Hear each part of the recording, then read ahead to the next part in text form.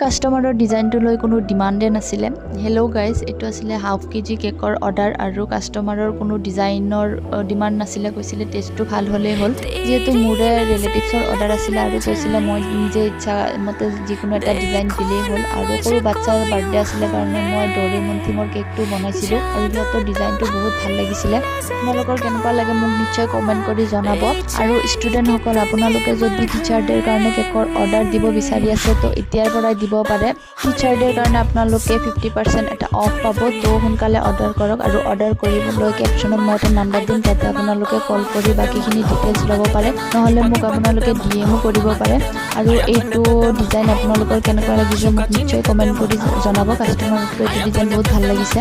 আৰু এনেকুৱা ধৰণৰ নতুন নতুন ডিজাইন শিকিবলৈ আৰু জানিবলৈ মোৰ চেনেলটো ফ'ল' কৰি ল'ব আৰু এনেকুৱা ধৰণৰ অফাৰৰ কাৰণে ফ'ল' কৰি ল'ব। তো দেখা হ'ব নেক্সট আৰু এটা কেকৰ ভিডিঅ' লৈ। বাই।